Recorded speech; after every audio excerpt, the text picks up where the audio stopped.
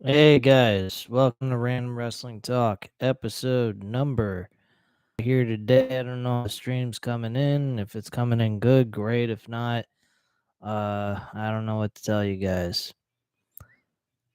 All I know is that my week has been real shit, so I'm not in the best of moods. And if I'm coming across like I'm being a sourpuss and what have you, that's the reason why. Been trying to keep up with everything, keeping up what I said I was gonna do and all that. So I'm not keeps coming in all fucked up, which never used to happen until my Wi-Fi went all AWire and I got it fixed. So I don't know what's going on, nor do I give a shit. So if the stream comes in shitty, I don't know what to tell you guys. I love every single one of you, but like I said, I'm not in the best fucking mood right now. Everything seems to just go wrong and get fucked up. But let's not get into my personal shit because I don't need to talk about it. Let's talk about professional wrestling, shall we?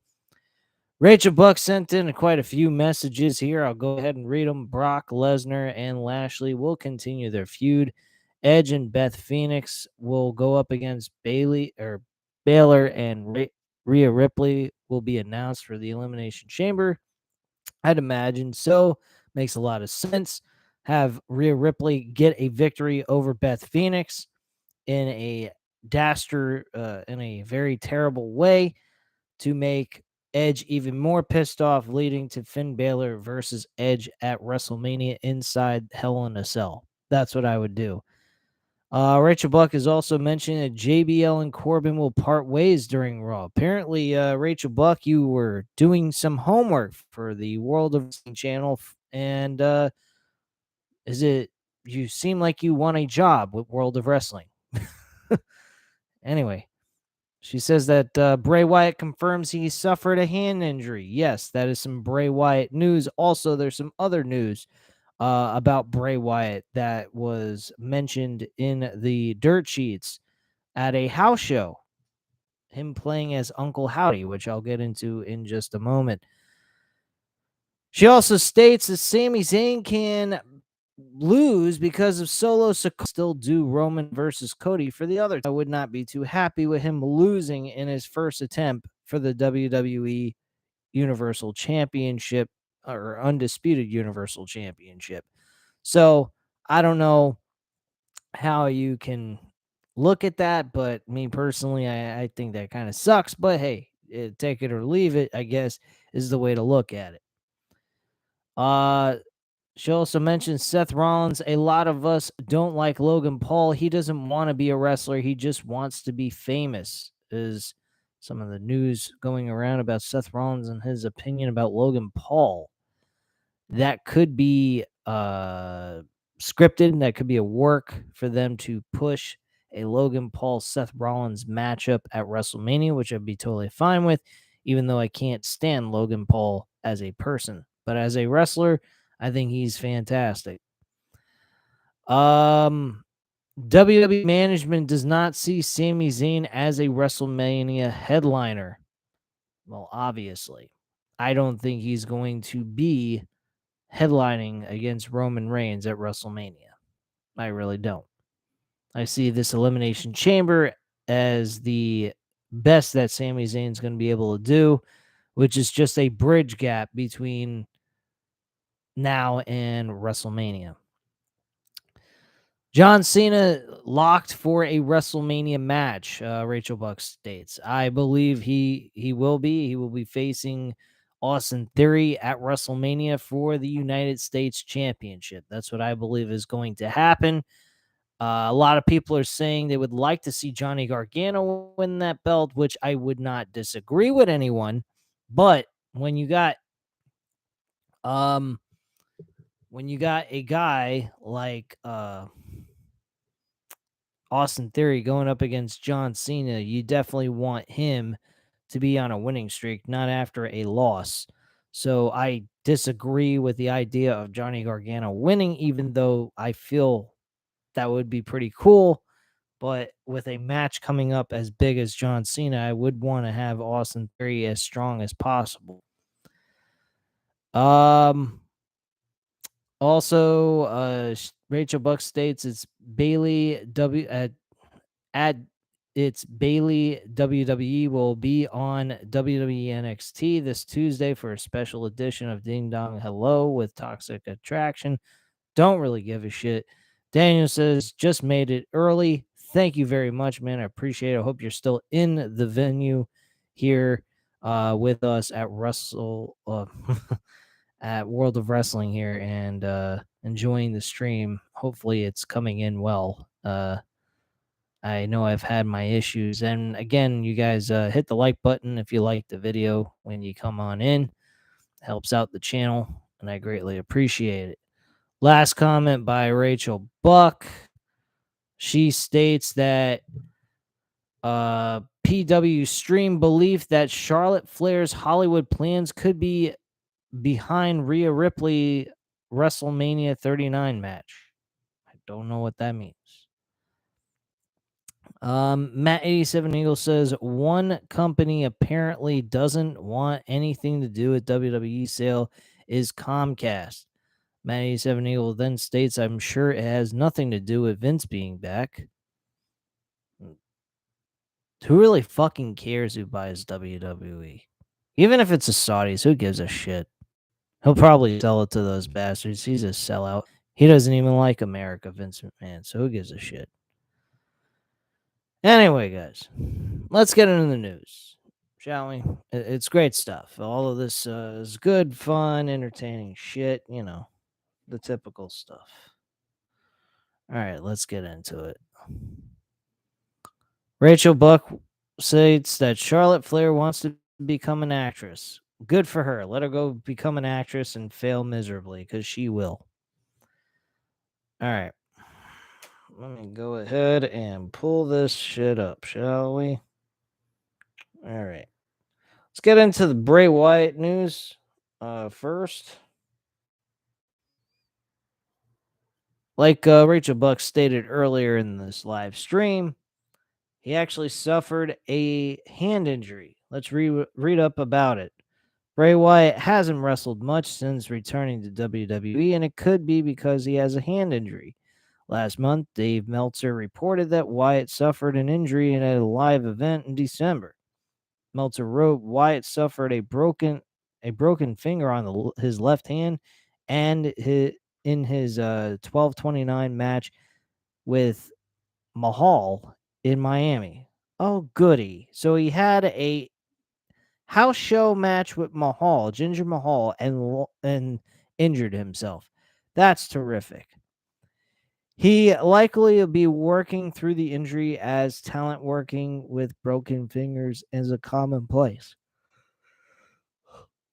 Sorry, guys, I haven't got much sleep either. As was noted earlier, Dijak appeared to have broken his finger tonight during his match with Camelo Hayes on NXT Vengeance Day. Dijak put the photo of his hand on Twitter, and Wyatt responded with his own photo that confirms he is dealing with a hand injury as well. And on Friday Night SmackDown, Wyatt seemed to form a friendship alliance with Uncle Howdy. And earlier during the month, he actually was being attacked by Uncle Howdy. So I don't know. I'm getting really tired of doing these live stream, guys. Really. This shit is coming in like crap all the time. It stops, it goes, and it stops again. I'm losing my fucking viewership, and I'm getting really tired. Your connection is unstable. Please wait while we try reconnecting. Fuck you, YouTube, and fuck this computer. Anyway, don't worry, guys. If I happen to have a nervous breakdown live on the show, you'll have a good laugh. You know? Whatever. All right. Anyway, wrestlers typically don't take time off for broken fingers, so it doesn't look like the injury will keep Bray Wyatt off of TV. At the very least, they'll be able to do talking segments without having to use him much in the ring until he's healed. Okay, terrific. Appreciate the like, by the way. Really do. Anyway, let's go into discussion about Bray Wyatt as Uncle Howdy, shall we? Uh,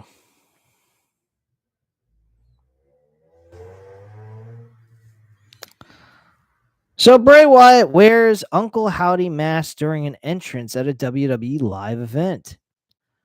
Bray Wyatt did something special at Saturday's WWE house show in Columbus for his entrance as his relationship with Uncle Howdy continues to build. The Uncle Howdy character has been used more and more on WWE television in recent weeks as he has been spotted during segments with Wyatt and Alexa Bliss. Uncle Howdy emerged shortly after Wyatt's return to WWE in October of 2022. At the Royal Rumble, Uncle Howdy jumped off a platform onto LA Knight, completely missing him, who lost to Wyatt in a pitch black match, and Pyro went off to make it seem like a fire pit. As seen below, Wyatt made his entrance wearing the Uncle Howdy mask at the house show. Very interesting. So apparently he must be becoming Uncle Howdy in the long run. So if that's the case, by all means, we won't see Uncle Howdy anymore as just a separate entity. He will become one with Bray Wyatt. I think that's probably where they're going with this, which is totally fine. Matt87 Eagle says, great, she can star in the next Terminator movie since she's, in fact, an android. Very true, Matt. She is an android, and she's very terrible at what she does outside of possibly wrestling, and that's even questionable for that matter. So who gives a shit? Charlotte Flair is a waste of fucking time. She couldn't kiss her father's ass when it came to professional wrestling, not to mention being able to cut good promos and sound very entertaining. She can't do any of that shit. So the only thing she's got going for her is the fact that she can actually somewhat wrestle. Other than that, Charlotte Flair could go piss up a fucking rope for all I care and let the piss drip down her fuck on top of her fucking head. I don't give a shit. All right, next up. WWE could have an interesting plan for Bloodline after Jey Uso's walkout. 87 Eagle says her moonsaults also suck. What else is new? But we always give it to Charlotte Flair. We must all praise Charlotte Flair for her unique skills and her ability to do really pathetic things. And I particularly don't give a flying fuck. All right, so the main event of the Royal Rumble saw Roman Reigns defeat Kevin Owens and face the betrayal of Sami Zayn. A subsequent betrayal took place, but Jey Uso wanted no part in the beatdown that followed suit. In fact, WWE now has interesting plans for Bloodline after Jey Uso walked out. As seen on this past week's episode of Friday Night SmackDown, Sami Zayn tried to get the upper hand on Roman Reigns, but it didn't end well for him. That being said, Jey Uso was still absent from WWE television. Jey Uso would then react to his absence, indicating that he was parting ways with the faction. In fact, Solo Sikoa and Jimmy Uso would end up competing in a tag team match after SmackDown went off the air. While speaking on Wrestling Observer Radio, Dave Meltzer noted that due to Jey Uso's absence in the storyline, adding that WWE is currently training Solo Sikoa and Jimmy Uso to be a tag team, with a tag team title match coming up, Solo Sikoa could fill in for his brother while using Freebird rule. Interesting. So this is what Dave Meltzer says. Braun Strowman and Ricochet have to wrestle the Usos next week. So that's a weird one. So maybe they can't keep Jay out. Maybe Solo can they do that? I guess they sort of established that on Raw, the Adam Pearce thing. I know Jimmy and Solo did a dark match against Gallows and Anderson last night. So they are giving them experience as a tag team, or at least one match as a team. Perhaps that is where they will go. We will have to wait and see how WWE will book the Bloodline and Sami Zayn's storyline at the Elimination Chamber will be taking place in only 2 weeks. And there you go. So, that is the deal. So, we might not see Jey Uso next week on SmackDown to defend those tag team titles, and more than likely we will see Solo Sikoa taking Jey Uso's place. Let's be honest, folks. Jey Uso is going to return at the Elimination Chamber and fuck over Sami Zayn. This is going to lead to Kevin Owens and Sami Zayn teaming together against the Usos for the tag team titles. That is the story. There ain't going to be Solo Sikoa helping Roman Reigns retain his championship and then Sami Zayn getting a rematch for those belts. No, that's not happening. Jey Uso's coming back at the Elimination Chamber, reuniting with his family. And then at that point, it will be Kevin Owens and Sami Zayn reuniting on Raw and challenging for the WWE tag team titles. That is how all this is going to go down. It's that simple. So keep that in mind. Anyway, Matt A7 Eagle says he has to because Jimmy won't be at the chamber. Okay, well, whatever. I mean, Jey Uso is going to be able to be there. He can be there. He doesn't have to have his brother tagging along with him. So, yeah, I think Jey Uso will be perfectly fine interfering in that match. And if not, then none of this makes any fucking sense. But hey, then again, what do I know? Anyway, I honestly believe that Jey Uso is going to win, or Jey Uso is going to return and interfere in the match for Roman Reigns to retain his title against Sami Zayn. And that's going to be leading to the Usos challenge or being challenged for the tag team titles by Sami Zayn and Kevin Owens. That's what I believe is going to happen down the line at the Elimination Chamber pay-per-view. So keep your eye out for that because I guarantee that's what's going to happen. Booking that shit, guarantee you. I'd put money on it. All right, Vincent Mann open to leaving WWE for good if he sells the company, CEO Nick Khan says. Should we even trust anything Nick Khan says at this point? I don't believe we should at all. I don't believe we should trust anything WWE says at all. Any of the WWE higher up officials and what they say. Everything they say is cock. It's crap. It's garbage. And none of it really fucking matters. So who gives a fuck what Nick Khan says? But let's just read it anyway for shits and giggles. I mean, since I have a fucking news and rumors channel or video here, live streaming with you guys. So I might as well go ahead and, tell you guys the scoop of what good old lying Nick Khan had to say about good old Vincent Kennedy McMahon and what he's going to do after he sells the piece of shit company. Good question. Can we trust Nick Khan, man? Matt 87 Eagle says, absolutely not. We can't trust him, but we're going to read his bullshit story anyway and what he had to say because we all like a good laugh, don't we? Of course we do. So let's get into it.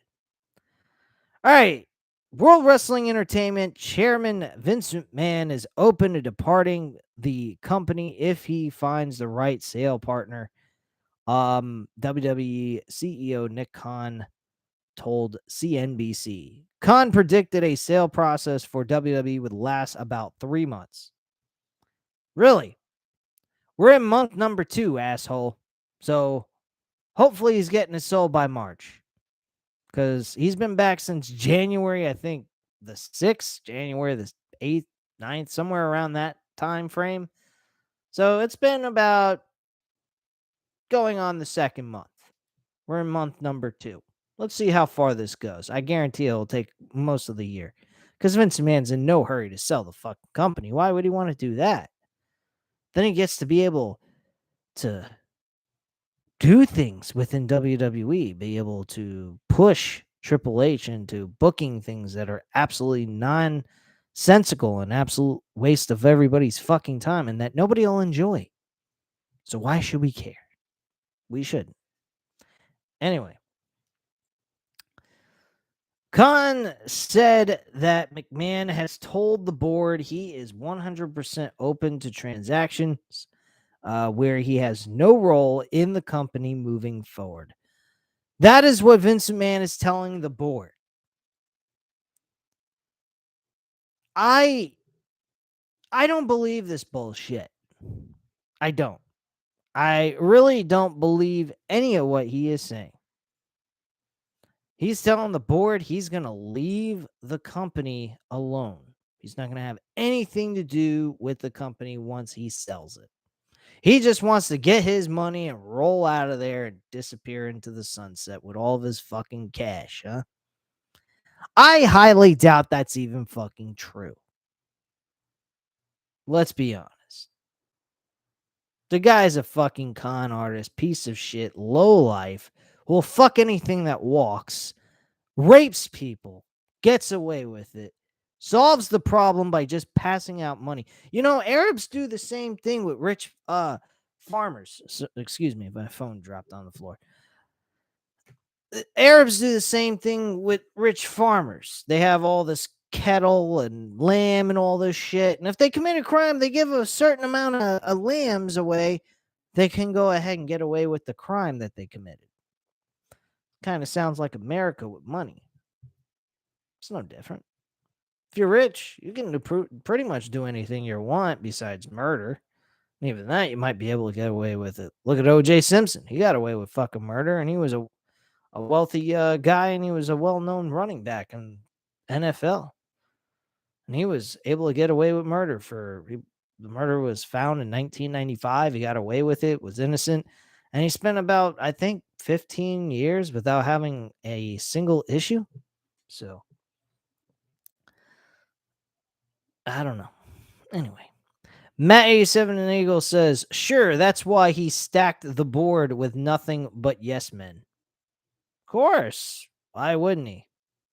He doesn't want anybody to debate what his decision is and where he wants to go with the company. He wants to throw the company at anybody that'll throw him the biggest offer possible, even if it means it destroys the company at the end of the day once he sells it. So he gives a shit. I don't. You sure as hell shouldn't. Nobody should give a shit. Whole thing's a bunch of fucking bullshit. That's what WWE is, folks. Big, giant load of crap.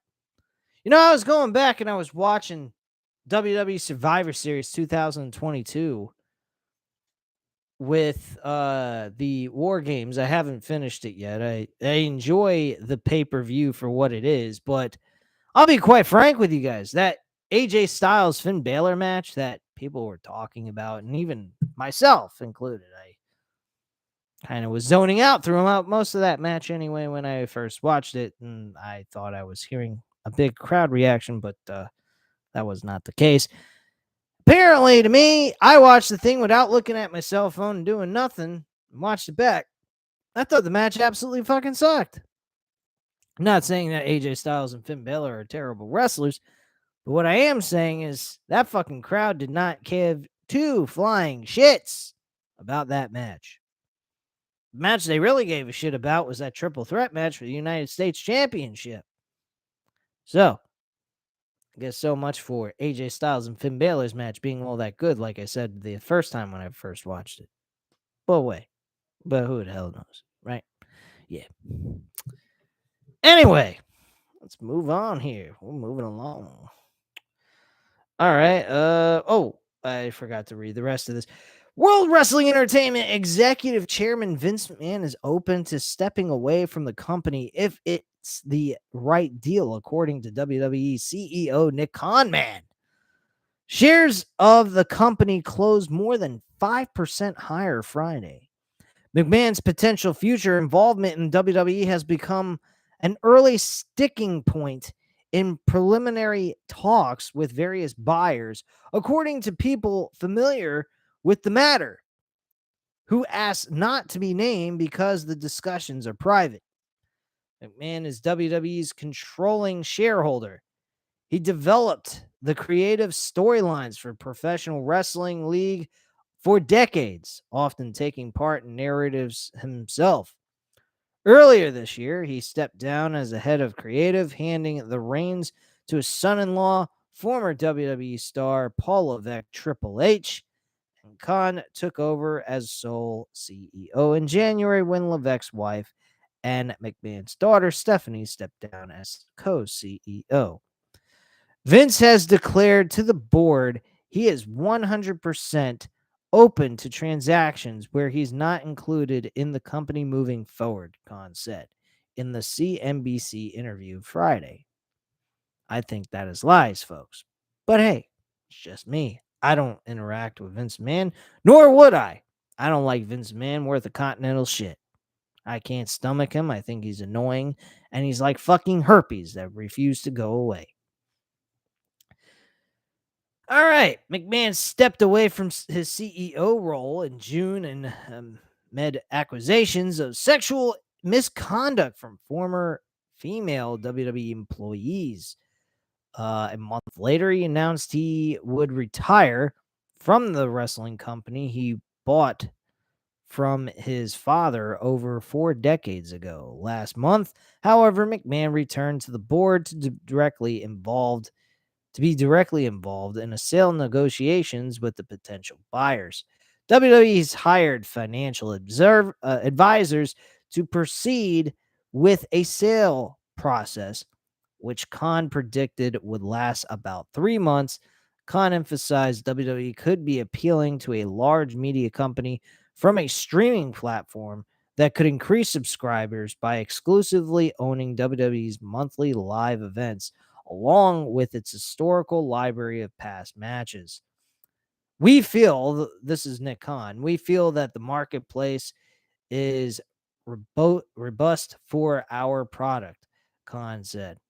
It's in essence its own sports league. Someone can buy it and put it on their platform. Potential buyers for WWE include Comcast, which is being reported on JD's channel that they are actually not interested in WWE. Netflix, oh, God help me. I don't know if I would want to go to Netflix. Liberty Media and Endeavor, which already owns UFC. Khan acknowledged it's tough to take control from McMahon, who has owned and run WWE for more than 40 years. Still, he reiterated that McMahon would prioritize shareholder value and step away if it's the right deal. And we will take a look at all the factors that make it the right deal. Okay, great. So apparently they're throwing that little tease that he's going to be gone, but in reality, they're just saying if it's the right deal. Now, that just leaves things open for them to say, well, it wasn't the right deal, and we decided that Vince McMahon's going to stay, regardless of the fact that we already sold the company, and Vince McMahon's a fucking multi-billionaire. He's going to continue to aggravate his own fucking customers because he's a mean, rotten fucking piece of shit that deserves to get a freaking bullet through his head. Maybe I shouldn't have said that, but oh well, who fucking cares? If you want to shut me off, I don't give a shit. How about that? Anyway, let's move on to the next load of bullshit. Let's move on here. Okay, WWE sale. We also have some information about Keith Lee and finding out what the hell's going on with him, which I'm kind of interested to talk to you guys about. So we got some AEW news as well. We're going to talk about that. Speculating on rumors surrounding pro wrestling as favorite pastime of many fans, perhaps second only to actually watching the matches. Okay, whatever. All right. Rumors for the day. As of 3 months ago, WWE's plan was to have Roman Reigns defeat Sami Zayn in Montreal at the Elimination Chamber. That comes from Wrestling Observer newsletter Dave Meltzer, who says Sami Zayn's unexpected rise in popularity has caused some people inside the WWE to think those plans should be changed. Triple H, though, is not one of those people, however. I've already talked about the potential chance of Vince McMahon walking away, so I'm not going to talk about that. Daily Mail's Alex McCarthy writes that Piper Niven got approval to drop the Doudrop name in December. WWE decided that Royal Rumble was the best time for her to officially re-debut with the name change. The Observer notes that Keith Lee's absence from AEW television is strictly about selling the kayfabe injuries he sustained on the December 21st episode of the Dynamite when the Mongol affiliates attacked him with a cinder block. Lee is fine and should be back on TV soon. No wonder why Strickland is so interested in just attacking random people that he don't like. With no fucking rhyme or reason, he just doesn't like them. Makes a lot of sense, doesn't it? Ivy Nile was a late cut from the women's Royal Rumble match, according to Dave Meltzer. Ring of Honor talent have been told that Ring of Honor, or ROH, will begin taping their weekly show during the final weekend of February, according to Fightful Select. The tapings will take place in Orlando, Florida, and will likely kick off the build for Supercard of Honor. Okay, where are we going to be able to watch these episodes is my question. Are we going to be able to watch it on the Honor Club, or are we going to be able to watch it on a specific channel? Or is it going to be used for AEW television? Who the fuck knows? Per Tokyo Sports, resin promoter Nabayuki Sakakibara is trying to book Kota Ibushi versus Manny Pacquiao now that Ibushi is a free agent. Wow, Manny Pacquiao in a wrestling match. Now that's fucking new. Holy shit. Never thought that would actually happen. So yeah, Keith Lee is off television for a storyline injury. Go figure. We got another AEW news story about Tony Khan on AEW working with WWE. He states it's something I would certainly be open to. Huh? He's going to be open to this? WWE. Wow. All right. Despite the unlikelihood of its ever coming to pass, AEW President Tony Khan is open to the possibility of working with WWE in the future. Appearing on WTF with Mark Maron, Khan was asked about working relationship between AEW and WWE, and he didn't shoot down the idea. Who knows? It's something I would certainly be open to, and I think it's an interesting thing for the future. It's not something that's ever really been done. They've kind of existed in their own space. We are working with a lot of wrestling promotions, and at times they've done stuff like that. But it would be really interesting thing to see at some point. So he's very open to the idea. I agree with him. I think that would be very neat to see happen, but unfortunately, it's just not happening. I don't think WWE's ever going to work with another promotion. That's just me. Anyway, Khan goes on and he went to compare on the dynamic between AEW and WWE to that of Marvel and DC comic books, saying, I think it's like Marvel and DC. You don't see those superheroes really crossing over very much. I think they'd be a lot of jostling for who's going to be positioned stronger. It would get very political. AEW is no stranger to working with other companies, including New Japan Pro Wrestling, which AEW co-promoted the Forbidden Door pay-per-view with over the summer. WWE hasn't typically had partnerships with other companies on that large of a scale, but it has worked with other promotions in some capacity many times over the years, such as Evolve, but eventually they bought them out anyway. In addition to co-promoting and doing talent swaps with Japanese and Mexican wrestling companies, WWE brought in Impact Wrestling's Mickie James for the one appearance at the Royal Rumble last year and even allowed her to carry the Knockouts Championship on the show. Big fucking whoop-de-doo. Additionally, after signing Carl Anderson, WWE still allowed him to work New Japan Wrestling's Kingdom pay-per-view last month. I would imagine so, since he's carrying around the never open weight championship.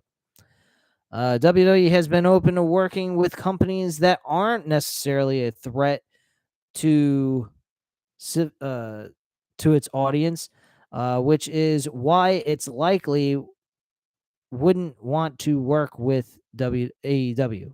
Although WWE's Raw and SmackDown typically double AEW Dynamite and quadruple AEW Rampage in the ratings, AEW is WWE's closest competitor since WCW in the 90s, and those companies never would have teamed up. A working relationship with WWE would be huge for AEW in that it would get more exposure and put on the same level as the biggest giant in pro wrestling and sports entertainment, but there wouldn't be much for WWE to gain out of this. Have to agree with that comment. It would be great for fans in terms of getting to see dream matches and crossovers, but it is difficult to envision the two sides ever being able to come to an agreement they would both be happy with. So I think that it would be very interesting, but AEW is going to have to get to a WWE level. They're going to have to be able to perform in front of stadiums instead of arenas. That is what they need to do. In order to get them to be partnership with WWE, they're going to have to get on WWE's level. If they can do that, then yeah, the idea of that coming true would actually happen. Most definitely. I think that would be a very smart idea by AEW to do that. All right, let's go over some Swerve Strickland news. And Ricky Starks actually reportedly got into a scuffle following 2022 AEW event. This ought to be interesting. I'm gonna go ahead and read this to you guys. Though they're fine now, Swerve Strickland and Ricky Starks once got into a tussle over a miscommunication during the 2022 match involving the two performers. This is really common in AEW. A lot of miscommunication, a lot of statements being made that they say things that hurt the other guy's feelings in the promo, shit like that. It's fucking crazy how these guys just constantly find ways to irritate each other and make each other have a hard time working together. Matt87 Eagle says there's also the matter of Vince McMahon never wanting to work with AEW. Well, obviously. But then again, Vince McMahon said the right deal comes along, he sells the company, he's going to go away. I'll buy that for $1. Sure. What a load of crap. Oh, by the way, that buy that for $1 comes, it's a line from RoboCop. Anyway. So last May, Starks and Strickland found themselves on opposite sides of a triple threat tag team bout for the tag team titles at Double or Nothing. Holy fucking shit. We're back at Double or Nothing, where everything started up with CM Punk, Hangman Page, and the Elite. And then there was also problems in the mid-card division with the fucking Swerve Strickland and Ricky Starks. What the hell? Man, that Double or Nothing pay-per-view is a fucking curse to AEW, really. I might go back and watch that. Starks teamed with Powerhouse Hobbs while Strickland competed alongside his former partner, Keith Lee.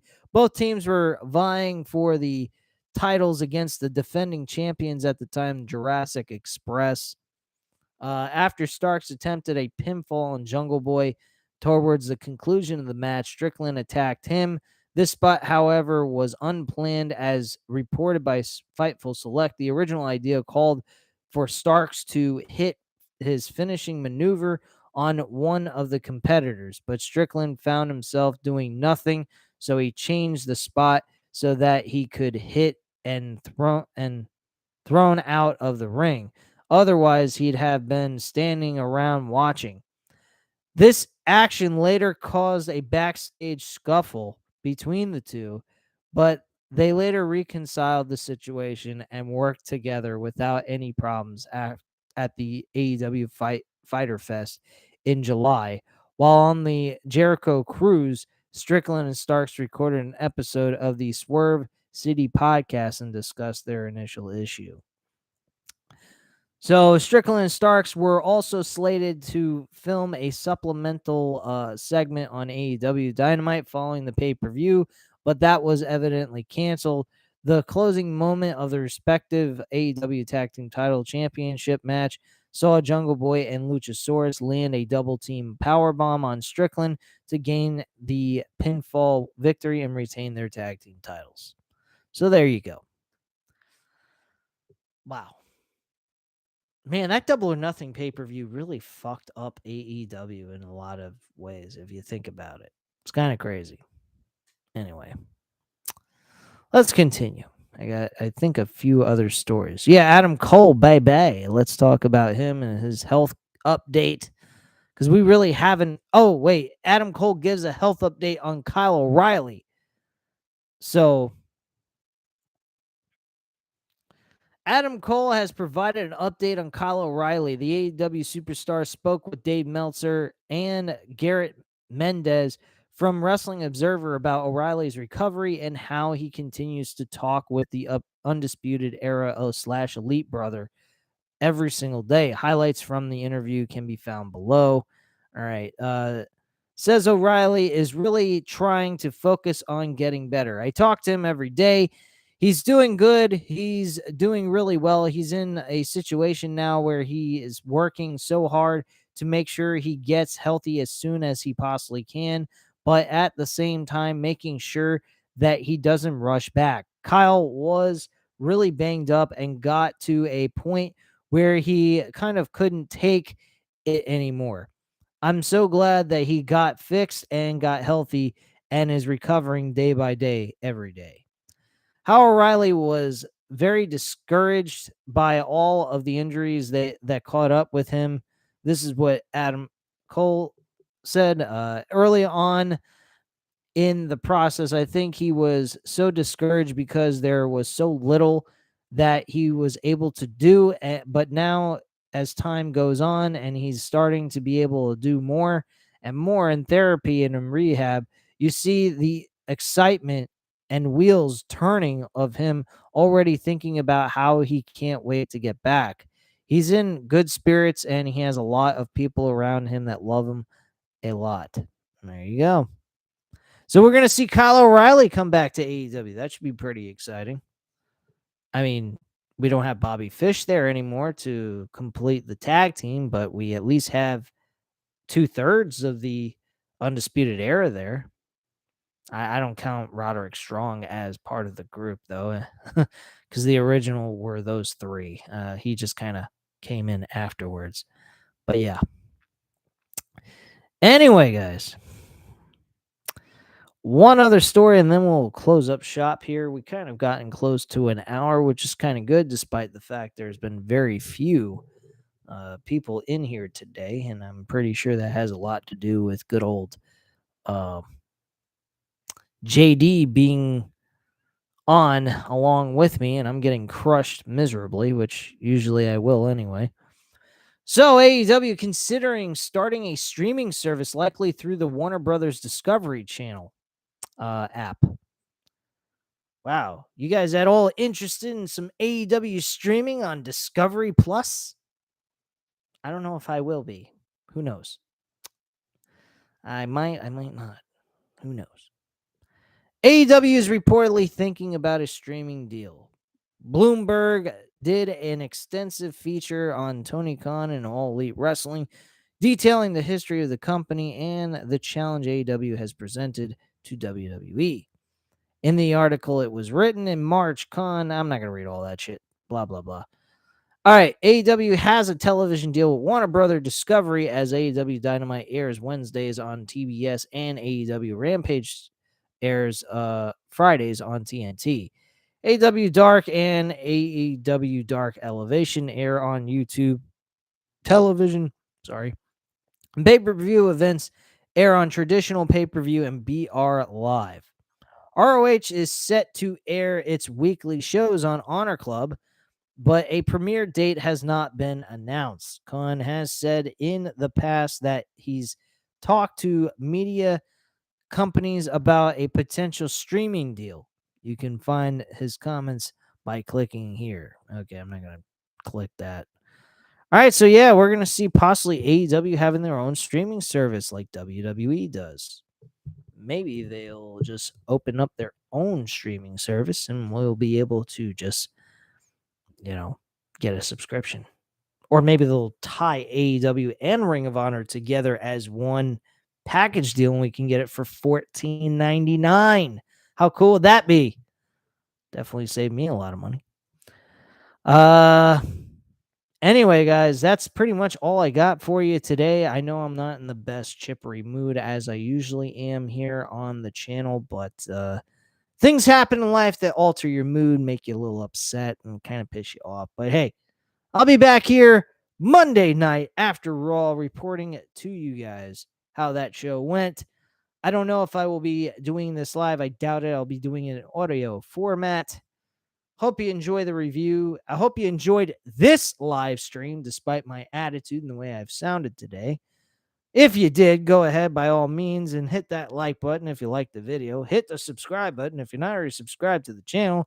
And as always, leave a comment down below and I'll definitely get back to you on that. And I thank you guys very much for watching. And have a great night, guys. Bye.